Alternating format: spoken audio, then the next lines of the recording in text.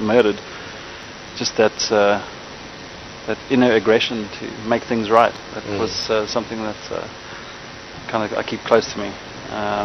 Yeah, well, that's my movie. It's a good one. I've seen Braveheart 14 times. So. Yeah, I think I'm pretty close. I do like it. It's a good one. Nice one. Nice. Well, we don't going to talk too much about movies. I know you don't like going to movies too much. I was going to actually let me ask you this and see how you answer. What is your favorite movie experience? If you had to do the ideal movie, going to a movie. I think I have two. The first time I saw E.T. when I was a lightie. Lightie is a slang from Mampimpon. Mampimpon is Shangaan for lightie, which is like a young boy. That's right. I was with my nonna or grandmother, Italian, my mom's mom, and I went to see a movie in Zimbabwe, and it was E.T. So it was my first sort of movie experience. And then, other than that, when I lived in New York for 3 years, I would go and see movies at 9, 10 o'clock in the morning, and in the Lowe's cinema there, and there would be no one in there. I'd be the only person in the cinema, so that was kind of how I like to see movies. Yeah. I think it's also because because I travel so much and do a lot of sort of intercontinental, transatlantic, whatever you call the long haul flights. I get to watch a lot of movies, so I think I see them all before we get them here in South Africa. So yeah. Well, and maybe we haven't spoken about wildlife yet that much tonight.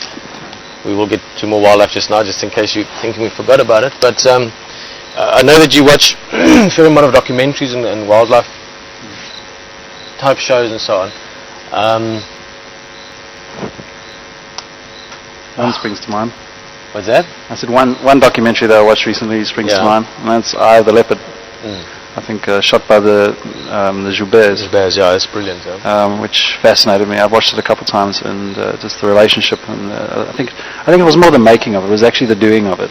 It was obviously narrated very well by Jeremy Irons, which is a fantastic voice for wildlife. Yeah, you get a brilliant scar. Yeah. Oh, yeah, exactly. And but it was also just the making of it, the 3-year experience, the living in tent in the bush, and then forming this amazing relationship with this leopard, and obviously the area was fantastic in Botswana, and so as documentaries go, that's top of the pops for me at the moment.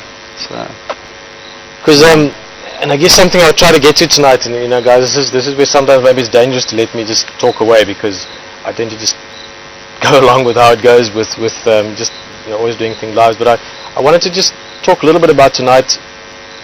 That's just not even a sentence, I think. I wanted to talk a little bit tonight about again doing everything live and being there, and the fact that you're sitting here. We're going to talk with Peter a bit later as well. We had we get it quite often. We get comments from people that are on Drive with us, friends, viewers, guests, sending in emails. We had one from Diane that came through that said specifically, she does look at a lot of these kind of things, but very seldom actually responds or writes in about it, and wrote a beautiful message just saying how much she enjoyed feeling like she's really there, and that's something that is obviously very interesting to all of us. I mean, I think what Wild Earth is doing still is quite amazing.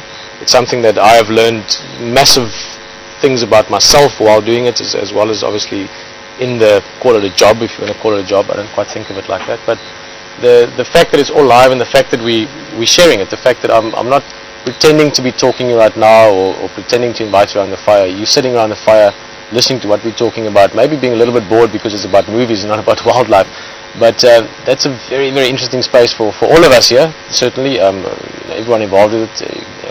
Graham and them have been involved with live wildlife for a little bit over 10 years now, so there's a lot to be learned about it, and we're still learning about it every day.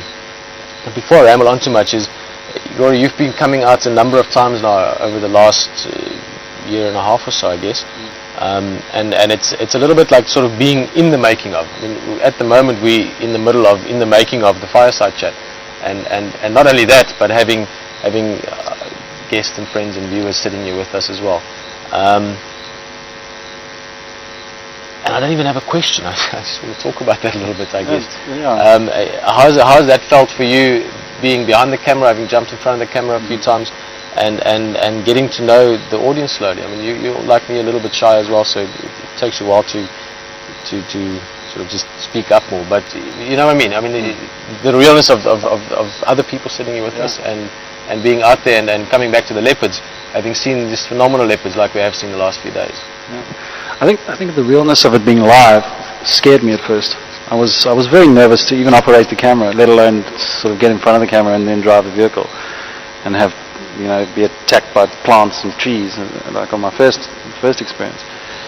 But seeing how being behind the scenes and for the last year and a half, and every time coming in and seeing the changes in camp and the changes that you make with Wild Earth, and also then getting to know more about the people that are watching, which is great, and see how you guys start reacting to the camera, or have reacted to the camera, where it becomes sort of it's like the camera's there, but you don't sort of notice it, and you start to notice it less, but know that the people are with you, and it's a good feeling to know that you are in a beautiful place. You're, say, on the kill with Karula or Safari, the leopards, and there's a lot of people that are interested in the same thing, and they're watching it with you. They're sitting in the vehicle watching, and that I've gotten used to now, but I still find it very amazing that you can share it. I know my mom and dad are watching this right now, although I'm far away there in Cape Town. Hi mom and dad. I've always wanted to do that. But then again, live, yeah. So this is live. It just makes it. I'm not nervous anymore. A little bit. No. But seeing the growth of this has been very good for me to see. Yeah.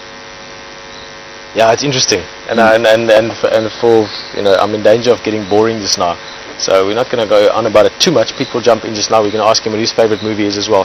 But the fact that, you know, I often think about it obviously all the time, because you know you spend a lot of time doing this. But you know, feeling you sitting there in the vehicle as a very real individual, and vice versa is something that, like I often say, if I can feel you sitting there, then you must feel like you're sitting there as well in reverse. So that telepresence, so that sharing of something rather than looking at a event afterwards. So physically sharing an event. If that leopard jumps out the tree, you know, it's not just me or who's on the vehicle that goes wow. It's a whole bunch of people, and that's something that is still very interesting. It's just nice to get almost like a objective viewpoint. You know, someone that pops in and out and come in and out, and you will be doing so as well. You're going to be tomorrow maybe Kruger a few days, and then back and forth, and maybe explore a bit the greater area around here. Right? You're going to be out and about a bit. Yeah, I'm lucky enough to have this vast area to go in search of with my Land Rover, and looking very forward to that tomorrow. Heading out Kruger. We might go down a bit south and then sort of come up the side of Mozambique border side, and then kind of do a little loop. See how, I don't know, see how it is. Look at maybe a wider picture outside of which keep in mind that, you know, when Roy says a vast area, it really is. We often mention this, but it's something really important to grasp. That we drive a certain area only, but in the ecological sense, in other words, if we decided to now just walk that direction, or if an elephant decided he wants to go look around, he can walk for 150 kilometers in that direction without coming across a fence. So you're going to be driving essentially in the same area, just in the very large part of it.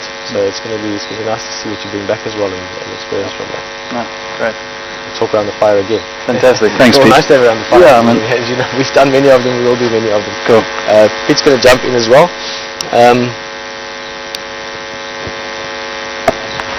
Mr. Bart. Yeah. I must be careful. I want to sit up here as well now. Yeah. Because be careful. well, last week I was told that when I was on the picture, it was a bit too revealing, because actually I had a little tear in my pants, and I was actually hoping to sit like that, but of course Renee she saw it and watched it, so I don't know if anybody else did, but yeah. So I just double checked this time just to make sure I was all decent. But anyway, yeah. So well, just while you say that, I'm going to stake the fire quickly. yeah, cool. Yeah, it's a good night to have a fire. It's a bit chilly, but it's nice actually. Some insect sounds in the background. Yeah, it's been a little bit of rain has also been nice. You must be excited for your We Learn stuff. There's all lots of little creatures coming out, which is we had lots of nice stuff. The scorpion, and then the whip scorpion from Simon's room. And I was actually looking around camp today. There's a couple of millipedes around. I was actually thinking of maybe I can show them, maybe put my camera up and have them walk past so people